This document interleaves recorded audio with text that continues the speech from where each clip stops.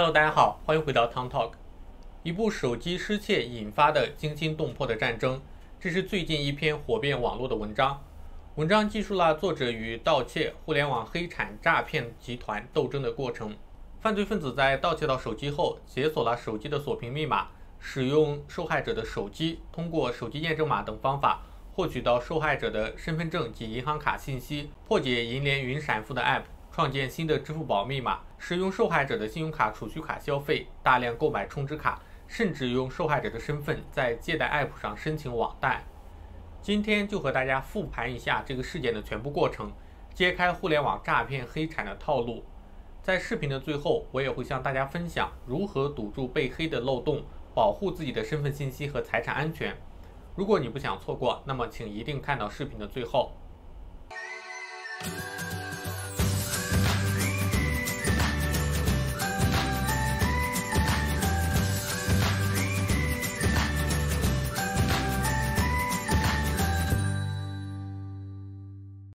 我们首先来复盘一下受害者整个遭遇的状况。首先，小偷会锁定一些目标人群，一般都是年轻人，移动支付频率高，一般会选择在晚上作案，因为这个时候移动营业厅下班了，失主没有办法第一时间立刻补卡，这给黑产团队预留了整整1个晚上的作案时间。在偷到手机后，首先会想办法解锁手机。在这次事件中，受害者使用的是华为手机，根据受害者的推测，华为的手机可以在网页通过手机验证码来找回系统密码，从而远程解锁屏幕锁屏密码。进入手机之后，黑产团队就能正常使用受害者的手机了。他们首先要获取受害人的身份信息，根据受害人的分析，犯罪分子通过短信验证从四川人社 App 获取到个人的身份信息和照片信息，这是实施后续犯罪过程的关键。同样把四川人社换成浙江人社或者上海人社，也可能是一样的结果。这个黑产链设计的时候，身份证号码的获取途径可以是多处的。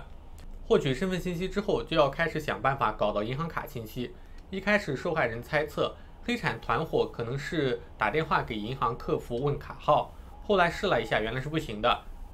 支付宝有一个查看银行卡的功能，只要有支付密码的话，可以用支付宝自带的查看卡号的功能获取银行卡的完整卡号。哪怕你这张银行卡根本没有绑定支付宝，也可以通过支付宝根据手机号码快捷绑定到银行账户的功能，获取到你所有的银行账户信息。有人就会问，支付宝不是有个人脸识别功能吗？怎么会被获取到这些信息呢？之前网络上有个新闻，利用照片伪造动画头像骗过支付宝人脸识别，一个犯罪团伙薅支付宝羊毛超4万元，这个并不困难。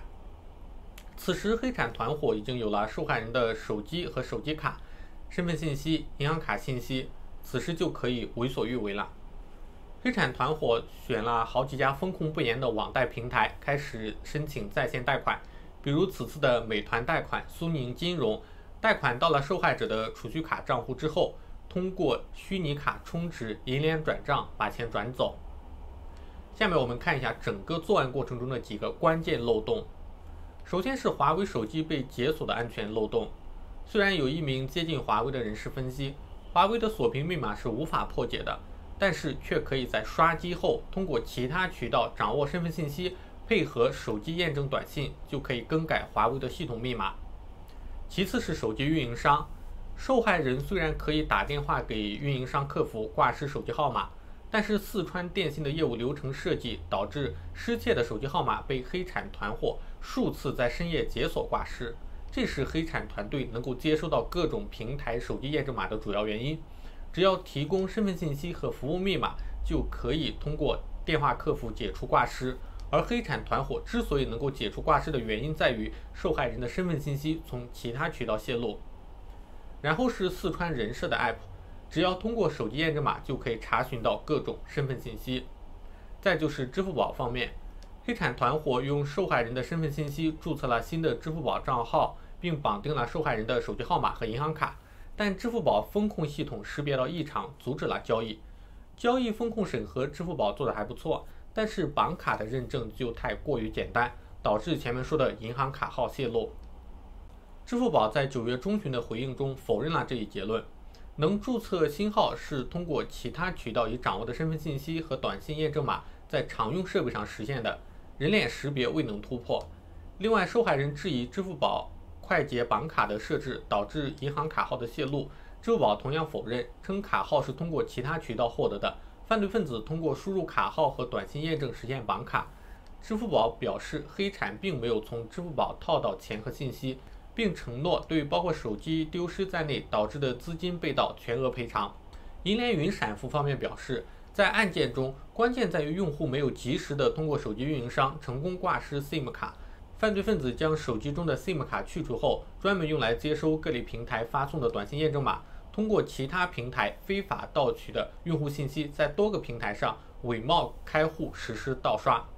另外是苏宁金融的信用卡消费，受害者一直疑惑黑产团队如何搞到他的信用卡 CAV 的。他的信用卡从申请下来从来就没有离开抽屉，从银行客服那里能获取的最多也是信用卡的有效期。后来才发现，支付公司现在绑定信用卡根本不用验证有效期和 CVV， 都是简单粗暴的身份信息加卡号加预留手机号码，甚至有些连预留的手机号码都不用。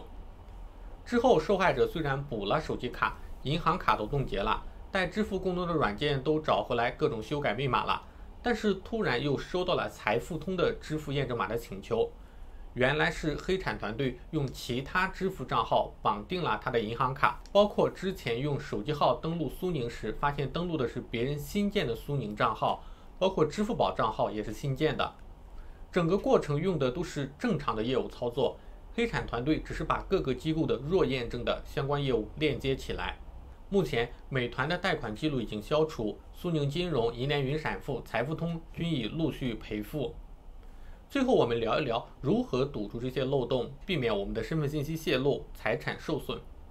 整个案子的关键点就是手机。现在有手机可以做太多的事情了，黑产团伙就是通过手机验证码获取了受害人的身份信息和银行卡信息，所以最关键的是要保护好我们的手机。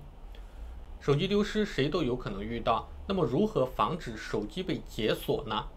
其实在黑客面前，任何手机密码都相当于是不存在的，即使密码破解不了，黑产团伙也会用刷机等方法绕过密码进入手机。此次华为就是个例子。如果你使用的是 iPhone， 号称 FBI 都无法破解的手机，安全性可能会高一些。比如 iPhone 可以设置设备丢失，设置完成之后，只要手机一联网就会立刻被抹掉所有的内容，但是也不能排除手机在不联网的情况下被刷机。另外，你的手机卡有可能会被取出，装在新的手机上接受验证码。只要有了短信验证码，很多事就可以做了。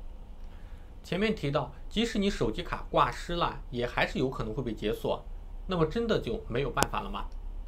很多人不知道，所有的手机卡，也就是 SIM 卡都可以上锁。只要你的手机重启，或者说手机卡被安装在新的手机上面，都会要求你输入 SIM 卡密码。如果输错3次，这张手机卡就直接报废，无法使用。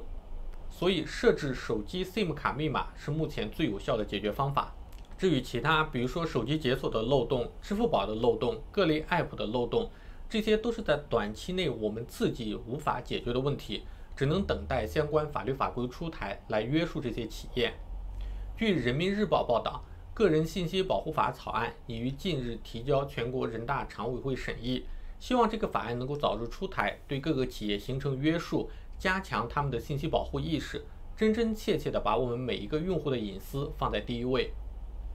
以上就是本期视频的内容，喜欢的话欢迎点赞订阅，也不要忘记点开小铃铛，这样就能收到我视频更新的通知啦。那我们下期再见，拜拜。